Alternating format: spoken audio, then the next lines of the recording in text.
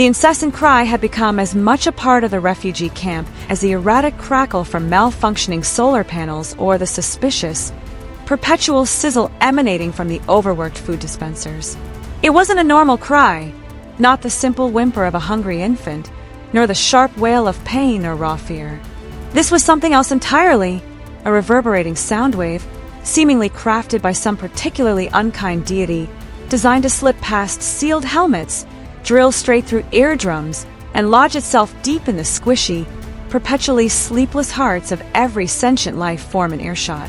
Sergeant Elias Vaughn leaned back against a battered crate stacked with thermal blankets, idly chewing on a ration bar that boldly claimed beef-flavored on the wrapper but delivered nothing more than a profound sense of betrayal and lingering regret. Another piercing cry sliced through the stagnant air, and Elias watched as even a passing Groth soldier, a hulking insectoid veteran sporting 6 jagged combat scars and reputedly zero capacity for emotion, shuddered visibly and whispered something that sounded eerily like a prayer to whatever gods insectoids appeal to in times of distress. Still going strong, Elias muttered to no one in particular, wiping crumbs from his stubbled chin. His squad's embedded AI, Harv, pinged politely in his ear implant.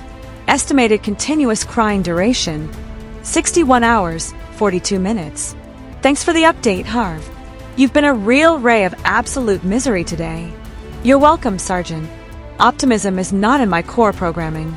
The child in question belonged to a Terrene woman isolated in the far quadrant of a sprawling refugee camp, a makeshift sprawl of tents and prefab modules on a dusty frontier world. Most campers now gave her tent a wide berth. It hummed faintly with lingering psionic residue and carried the acrid tang of despair-flavored baby formula.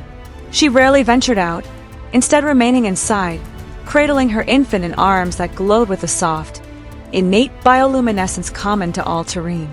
Over the weeks, a few well-intentioned souls had tried to help. A compassionate nurse offered soothing words and basic meds. A grumpy botanist brought natural sedatives derived from rare off-world plants. One particularly clueless private even lugged in a holographic mobile programmed with classic Terran lullabies, Twinkle Twinkle variants, and rocking hymns from old Earth. The mobile had spun merrily for about 30 seconds before overloading and exploding in a shower of sparks. No one tried that again. Elias finally tossed the remnants of his ration bar into the nearest waste unit and pushed himself to his feet. He wasn't a hero type, definitely not a doctor, and he was damned sure not cut out to be a babysitter. But there was something about the specific pitch of that cry, something that bypassed logic and made the fine hairs on his arms stand up in quiet, instinctive protest. "You going in there?" Private Dre materialized from the shadows nearby, eyes wide with a mix of concern and morbid curiosity. "Yeah," Elias replied, rolling his shoulders. "Figure I'll either calm the kid or cause some kind of explosion. Maybe both. Keep a mop handy, just in case." The interior of the tent was dim, illuminated only by the gentle, swirling bioluminescence radiating from the Terrene mother's skin. A natural glow that shifted subtly with her emotions, now dulled to a weary amber. She looked up sharply as Elias ducked through the flap, her golden eyes hollow from exhaustion, arms tightly cradling the writhing bundle of pure misery. The baby's tiny antennae trembled violently, as if desperately tuning into the frequency of universal doom. "I'm not here to poke or prod," Elias said quickly, raising both hands in surrender. "Just trying something different. No scans, no questions. Promise." The baby stopped crying. It was abrupt, complete, like the universe itself had hit pause. The sudden silence rang in Elias's ears, shocking enough that he instinctively leaned in to check if the child was still breathing. But no, the infant was wide awake, staring up at him with enormous alien eyes locked onto his face. The antennae now quivered not with distress, but what could only be described as pure fascination. Then, impossibly, came a small gurgle. Almost a laugh. The mother blinked, stunned. How did you do that?" "No idea," Elias admitted, carefully lowering himself onto a nearby storage crate to avoid looming. "Maybe I just smell like chronic failure. Babies seem to love that vibe." She didn't laugh outright. Her face remained guarded, but her shoulders dropped a fraction, the tension easing just enough to notice. The baby cooed again, a softer, exploratory sound. Elias tentatively extended a gloved finger. Tiny suction cup digits latched on with surprising strength, holding tight as if Elias were an anchor in a storm. "He's never done that," she whispered, voice cracking slightly. "Never stopped for anyone. Never looked at someone like he's seeing them." Elias shrugged, forcing a casual tone to mask the odd warmth spreading in his chest. "Well, I'm kind of a big deal among small, screaming life forms. Back home, my niece once projectile vomited straight into my ear during a family gathering. Then, immediately after, she took her first steps just to chase me around the room with a plastic sword. We bonded through chaos. It's a gift." The baby's gaze never wavered. Neither did its grip. Harv pinged once more. "Sergeant, local psionic readings are fluctuating significantly." "Yeah," Elias muttered under his breath. "So's my blood pressure." He glanced at the infant, then at the fragile calm settling over the tent like a hard-won truce. Something deep in his chest tightened. Not painful, exactly, but insistent. Like a long-forgotten thread, pulling taut after years of neglect. The mother leaned forward slightly, studying him with those glowing eyes. "What are you?" Elias glanced down at the tiny fingers still clamped around his glove and forced a lopsided grin. "Mostly human. Heavy on the sarcasm, decent helping of stubborn. The rest, I guess we'll find out together." The next morning, Elias woke disoriented, with a tiny foot planted squarely in his face and something suspiciously gooey smeared across his left boot.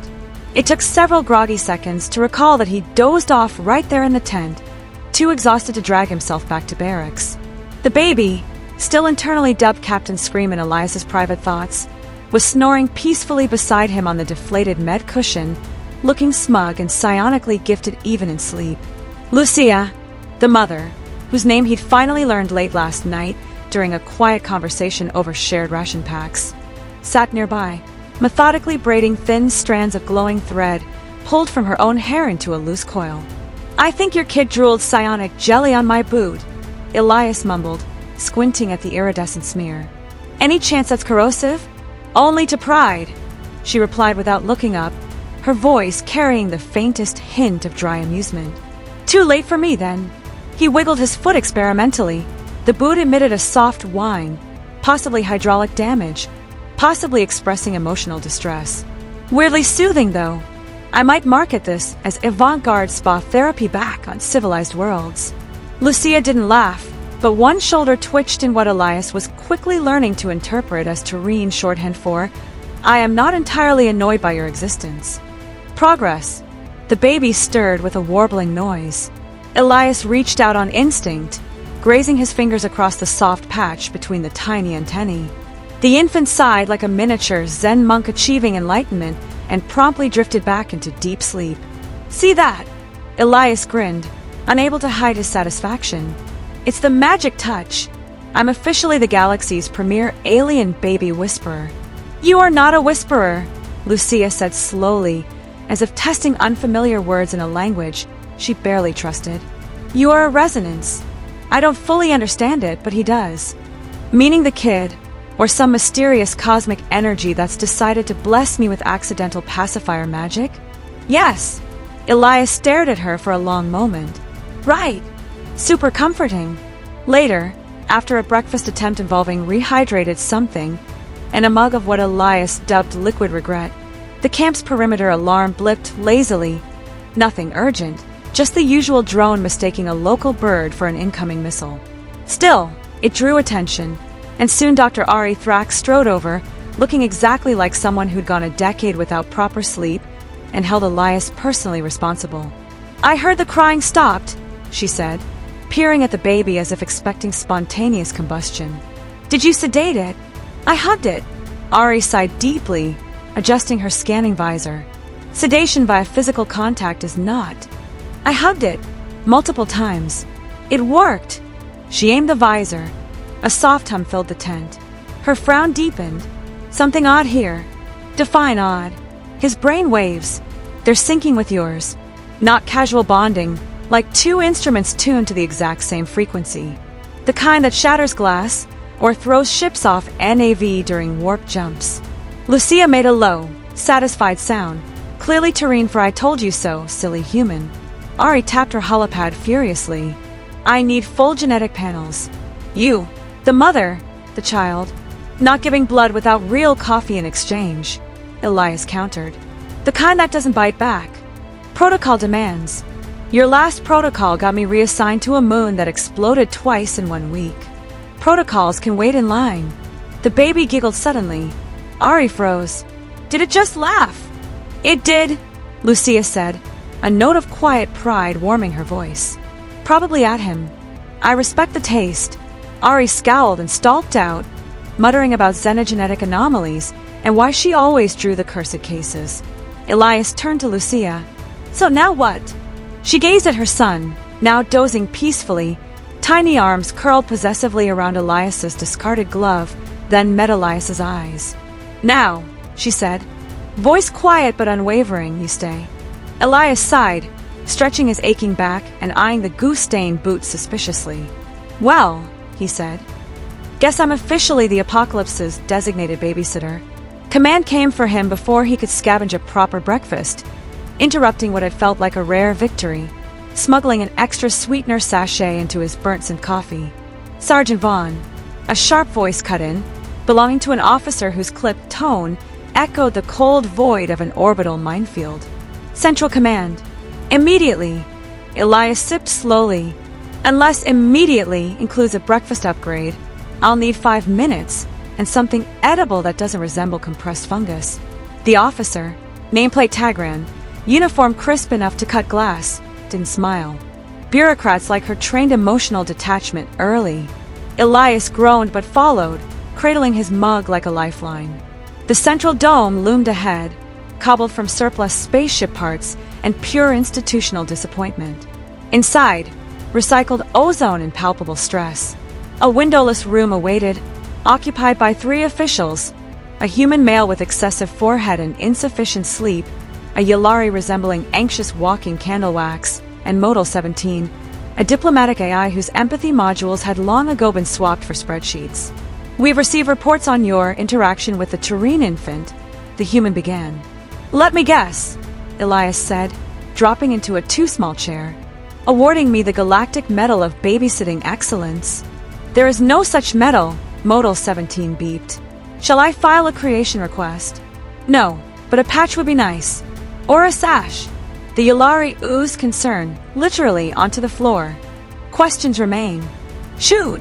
Unprecedented neurosympathetic harmonization, the human said. Only in your presence. Psionic imprint possible, permanent.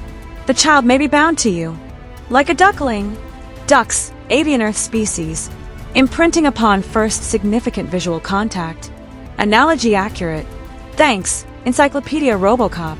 This could be weaponized, the Yalari murmured. Or political. Whispers of breeding experiments already circulate. Elias choked on coffee. I didn't breed anything. Modal, log this. Under no circumstances have I bred with a Tureen. Logged. Phrasing suboptimal. The infant's name is Eno, the human continued. The mother insists no reassignment. Wasn't planning on leaving. Kid likes me. I like silence. Functional. The Alliance prioritizes interspecies diplomacy, the human snapped. Not your feelings. Which part? The soothing cries, or the implied co-parenting with a bioluminescent single mom? Silence. Then Modal 17, decision rendered. You remain at camp. Under observation. With the child. Observation. MIA Science Fair Volcano. Close, Tagran said from the door. Quarters relocated to Tureen sector. Escort assigned. Promotion. Alien Comfort Unit. Hazard pay. Blanket provided. Warm. No. Outside, under a smog-choked sky, Elias sighed as a distant generator exploded casually. Coffee now cold and bitter. Should have taken the fungus moon, he muttered. Back at the tent, Eno reached instantly. Fingers curled warm and certain. You came back? Lucia asked, expression resigned yet softened. Always do, Elias said. Apparently, I'm permanent furniture now. Eno giggled. Elias smiled, small but real. Yeah, a little. The dreams began 2 nights later. Elias floating in vast fields of stars pulsing like distant traffic signals, Hearing a song that wasn't sound, more a memory whistling through void. Stars morphed into watchful eyes. One night, hungry, they became sandwiches. Are you experiencing hallucinations? Dr. Thrax asked during a checkup, stylus tapping impatiently. Dreamt I was a sentient toaster motivating scared bread, Elias replied. So maybe. Residual psionic proximity effects. Your neural harmonics are elevating. You're being rewired by prolonged baby cuddles. Worried about sudden space poetry urges? Or accidental levitation? Depends, she said, meeting his gaze. Tried levitating? You're joking. Haven't decided yet. Returning to the tent. Now in the terrene sector with a functional heater, Lucia sat cryptically silent, savoring the warmth. Guess what? Elias announced dramatically. Your kid's turning me into a walking anomaly. Possibly a kitchen appliance. She tilted her head. He pointed at Eno, gnawing synth blanket like a teething predator. Dream manipulation on the menu? He's sending interpretive weirdness. You saw the stars, Lucia said quietly. Wait, you know. Not stars. Memory. He's sharing what he sees. What he is. Way above my pay grade. I struggle with coffee makers, let alone galactic toddler subconscious. Eno squealed joyfully, telekinetically hurling the blanket. It sizzled against the wall. Great. Evolving fast. Wormhole sneezes next. The loudspeaker announced a terrene diplomatic shuttle. Lucia stiffened. Friends. No answer. The delegation arrived in shimmering silence, robes encoded with light, footsteps soundless. They circled Eno, skin flickering cautiously, ignoring Elias until the tall leader with silver cheek markings addressed him. You are the human. Technically. Also technically in need of a nap. You have bonded with a child of synthesis. We vibe, especially over snacks. You do not comprehend the meaning. Story of my life. It's my brand. The child is unique, born of species, time, resonance. The first. First what? No answer. Next morning, alloy box outside, handwoven blanket, terrene thread blended with human cotton. Stitched message. Protect the bridge. Elias stared long, then lifted giggling Eno, luminescent drool on shoulder. Kid, if I'm the responsible adult, we're utterly doomed. The first kidnapping struck mid-argument with a malfunctioning food printer. Pancakes, not pungent cake. Alarm blared. Harv, breach a tent. Elias sprinted, bursting into chaos. Lucia on ground, shielding glowing Eno, 3 masked assailants in stealth mesh, bundling them into anti-grav sling. Excuse me, Elias growled, yanking one by collar. Appointment! Fight erupted. Electro-dagger lunge, dodged. Stunned baton to shoulder, cursed in 14 languages. Headbutt, surprisingly effective. As the third grabbed Eno, the baby wailed, a high-pitched wave flinging objects. Assailant slammed. Wall down. Did he just? Yep, Elias groaned, rubbing shoulder. New trick. Unlicensed sonic defense. Reinforcements late. 2 fled. 1 babbled the eyes. Mebe patching. Why target you? Warm, approachable. Plus glowing universe bender who naps only on me. Modal 17. Category Delta bonded protector. Tracking implant. Barcode babysitter. Awesome. Tab return. Eno chewing tactical cloth. Lucia pacing, glow erratic. Insider leak! Too many want him. Too many fear. Eno sparkly sneezed in Elias's face. Taste colors now.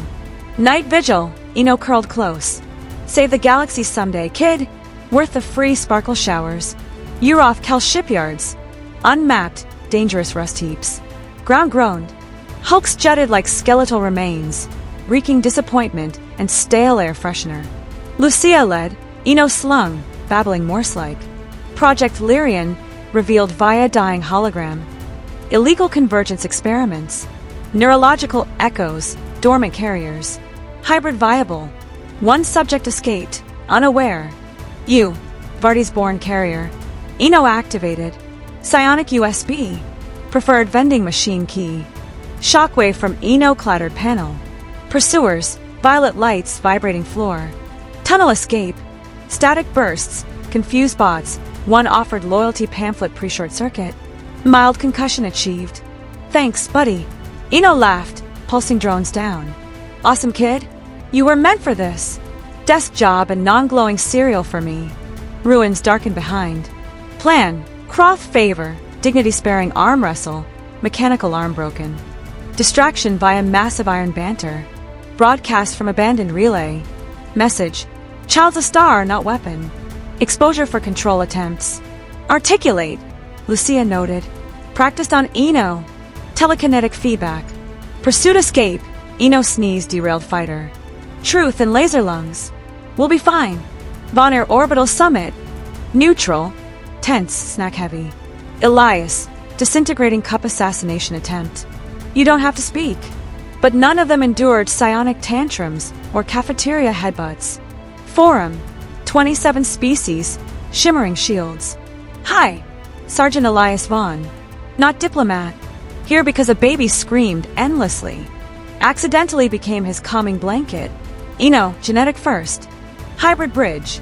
Attempts to steal, weaponize, hide him. But he's important for questions posed.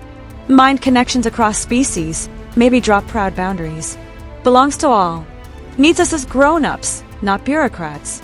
Sneezes disrupt drones. Imagine intentional. Imagine building peace. Less control. More care. Quiet. Shields lowered gradually. Agreement signaled. Bench afterward. Didn't explode. Excellence. Eno snored heroically in lap. Change everything. You too. Family. Croth calm. Stolen platters. Camp's end. Improved coffee. Eno levitated wrenches accidentally. Not who I was. Sarcastic. Tired, confused. But part of a beginning. Eno pointed stars. I see it too, kid. Whatever next, we're ready.